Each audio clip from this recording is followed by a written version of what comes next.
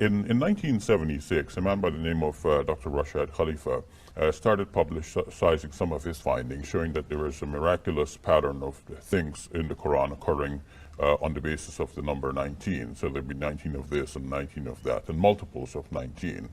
But his claims were found later on to be exaggerated, and then he exaggerated claims about his own status as well.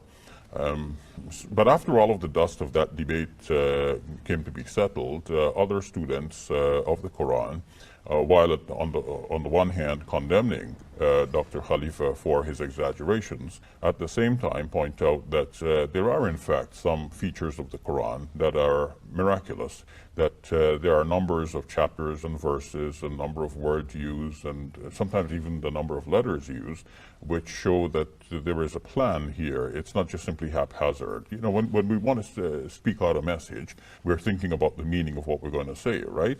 But if we count the words in hindsight, like how many words did we use to express that message, we see that the number of words have a certain meaning to it. The number itself has a certain meaning. Or the number is significant in a certain way, then we might say, okay, that's just a coincidence. But how many coincidences can you have before you start realizing that there is a plan behind this series of coincidences? In the 74th chapter of the Quran, in the 30th verse, it says, over it are 19. And the it here refers to the fire and hell. But the following verse goes into great lengths about why this number is mentioned. And it says that the mention of this number will give certainty to the people of the book. And at the same time, it will strengthen the faith of those who believe. While the non-believers and those who have disease in their hearts will deride this information. So it goes into great lengths about this number 19. And it turns out that if you look at this verse in the page in which it is written, you see that all the surrounding verses are very short. They may have 2 words each, 3 words each, 4 words each. But this verse, the 31st verse of Surah 74, is very long compared to the surrounding verses. And if you were to be curious enough to count the number of words in that verse, you will see that there are 57 words, which are 19 times 3. So not only is it explaining the use of the number 19, but it itself is structured in such a way that the 19 is an underlying pattern in the structure. But now we're seeing that there was something more than just simply the number of 19 angels guarding hell. We're seeing that when we count words, we count verses, we count the number of letters, that things are turning out to be multiples of 19, more than would just simply be the result of chance. And this is surprising. For example, in the same chapter, if we ask, okay, how many words make up the first 19 verses of that chapter? And we see that there too is 19 times 3 words, 57. And if we ask how many words altogether from the beginning of the chapter all the way down to where this 19 is being explained in detail, so the first 30 verses, there are 19 times 5 words, 19 times 5 words. So we got 95 words right there. And if we ask how many letters up to, but not including the mention of the word 19, there are 19 times 19 letters, which is 361. So we have here a coalescence of many occurrences of 19, and this is unusual. Because if you flip a coin, because there are 2 sides to the coin, the chance of getting your desired result is 1 out of 2, or 50%, right? It's 50-50. What if you were to roll 1 die, if you are playing a game of Monopoly or something like this? You roll 1 die and you want a desired result. What are your chances? 1 out of 6, because there's 6 faces, right? And each one has an equal chance of turning up. Now, if you increase the number, the chance is even less when you're dealing with a bigger number. For example, if you are one of 19 persons lining up to catch your flight at the airport, what are the chances that you'll be selected for a random search? Mathematically, it's 1 out of 19, it would seem. If you're a Muslim, probably it's a little bit higher. If you get picked out one time, then you'll say, okay, I just happen to be the one of the 19 this time, right? But then the second time, you're the one who were picked again. And then the third time you're picked again. So now you get the idea that something here is not random. They know in advance who they're going to pick out. If they don't pick you the fourth time, there could be some other issue at play and some other reason why they didn't pick you, and you don't know what the reason is. But you know that the times when they picked you 3 times in a row, there seems to be something going on. Well, in the Quran, why do we have the 19s occurring again and again? There seems to be something going on. There seems to be like a plan behind this. And when we look back in history, we see that there's no human being who deliberately did this. Nobody knew that this existed until in 1976, a man by the name of Dr. Rashad Khalifa published his findings in which he exaggerated the results. He found 19s even when they did not exist. And eventually he claimed that he is an apostle of God, designated by God to bring this information to the modern age. And naturally, his claim was not accepted by Sunnis.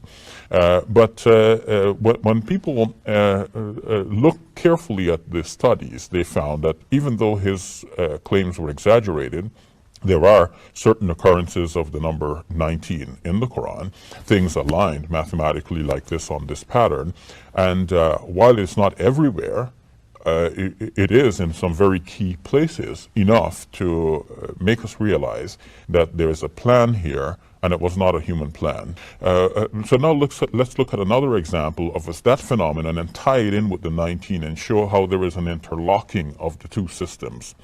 So here we have the mention in the Quran in Surah 3, verse number 59, that Jesus and Adam are similar in the sight of God. And the message there is that God created them both, so one is like the other.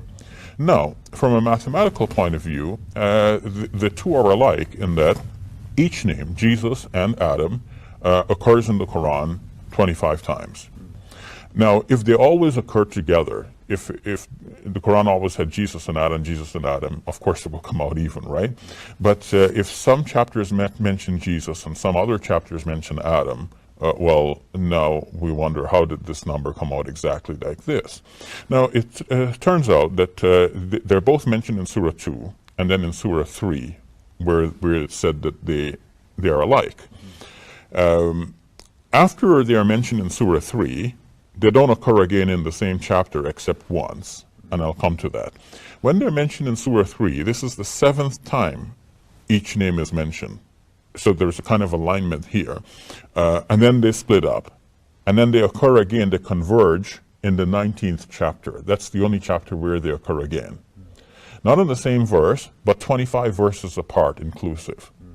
And that is the 19th time each name occurs. So each name occurring for the 19th time occur in the 19th chapter.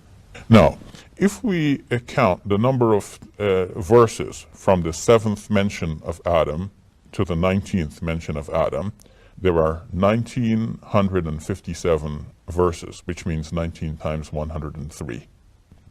And if we add up the verses in which Jesus is mentioned for the first 19 times, we get the same number, 1,957, which is 19 times 103.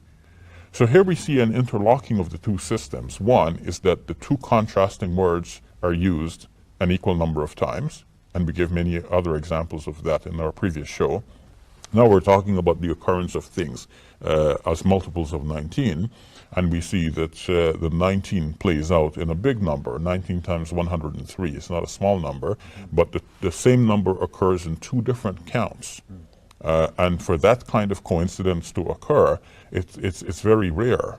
And it seems here that we're looking here at a sign that this Quran is miraculous. It is the Word of God. Sometimes numbers will agree with each other by coincidence, and we have to discount what is normal and what would normally occur by coincidence.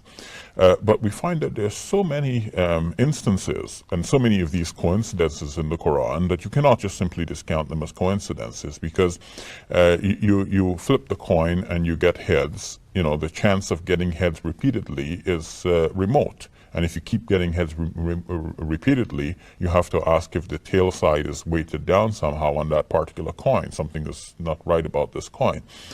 So why does the 19 occur again and again? We were talking about the 74th chapter. If we go to the 96th chapter of the Quran, this is the chapter that contains what in our traditions say it was the first revelation given to the Prophet Muhammad, peace be upon him. Not the whole chapter at once, but the first 5 verses. That begins with Iqra, read. When the Prophet was meditating in the cave, this is what we understand that the angel Gabriel told him, read. The first 5 verses of that chapter. Now, if we count the words in those first 5 verses, in that first revelation, there are 19 words.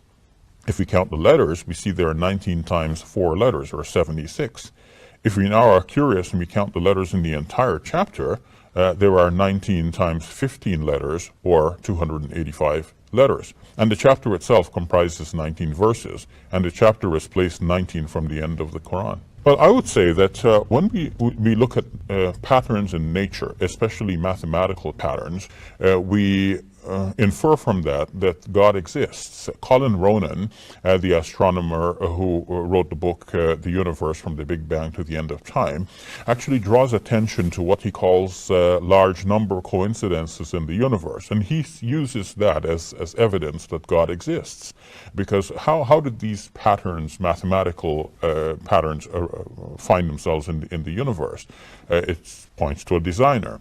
So a similar sort of reasoning needs to be applied to the Quran. Here is a book that was transmitted in history over time, and as far as we look back, we see that human beings who worked on this are just simply trying to reproduce and copy and remember and recite the book as it was delivered to them. And now we're seeing that though nobody meddled with it to put these numbers in there, we're seeing that things are lined up. The number of chapters, number of verses, number of words, number of letters are used deliberately, it would seem, and calculatedly to bring out this kind of pattern. And that points to not a human author, but to a divine designer who gave us the Quran. Please subscribe to our channel. Kindly like, share and comment on our videos. If anyone benefits because of your like and share, then God may provide you with unlimited reward, which is called Sadaqatul Jariyah in Islam. Sadaqatul Jariyah is continuous rewards received for good actions, deeds, and spreading knowledge.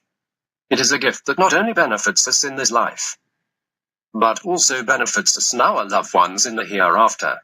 According to the hadith of the Prophet, peace be upon him, narrated by Muslim, when a person dies, all the deeds end except 3.